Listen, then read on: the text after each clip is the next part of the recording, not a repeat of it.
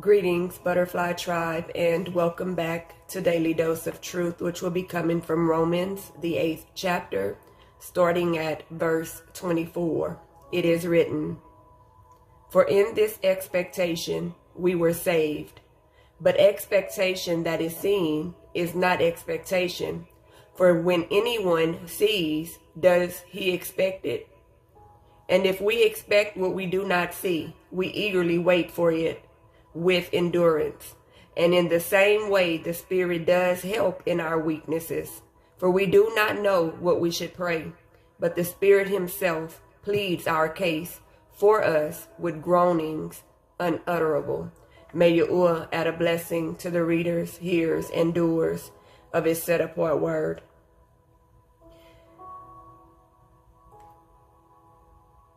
In this expectation we were saved. What expectation?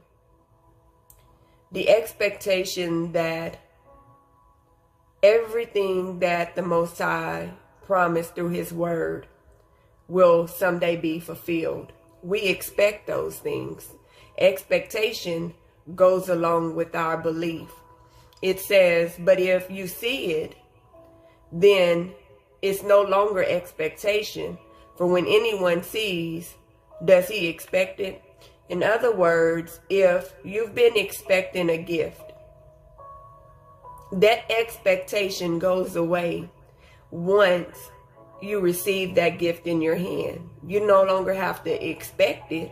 It's there. It's there. It's readily available for you. It says, and if we expect what we do not see, we eagerly wait for it with endurance. Just think about something that you want more than anything. And you're trusting and believing that this thing is going to come. It's going to manifest physically. You're waiting with all expectation. And it requires endurance because it may not come when you want it. It's going to come in his appointed time. And sometimes that wait can be very, very long. But if you endure with that expectation,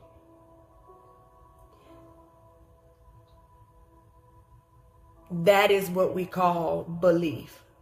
It says, and in the same way, the Spirit does help in our weaknesses. For we don't even know what we should pray, but the Spirit himself pleads our case for us with groanings unutterable.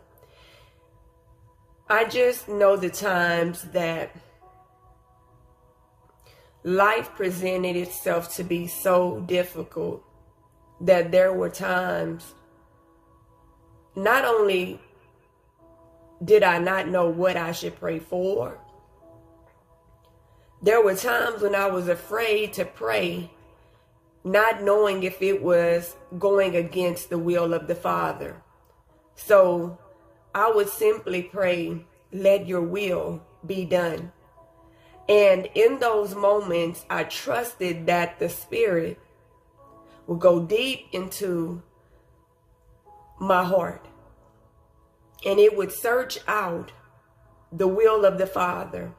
And the Spirit would pray, would intercede for me, for those things that the Father wanted to present to me, to align with those things that I wanted for myself, so that I was praying in agreement with the Father that these things would come to pass. It says the Spirit prays on our behalf through moanings and groanings unutterable. How many times have you cried out? And your tears, to you, you don't hear words, but the Spirit takes those tears and those deep moans and groans, and it takes what you're pleading for that you don't even have words for, and he brings it to the Father on your behalf. Scripture says that he counts our tears, that he hears our tears.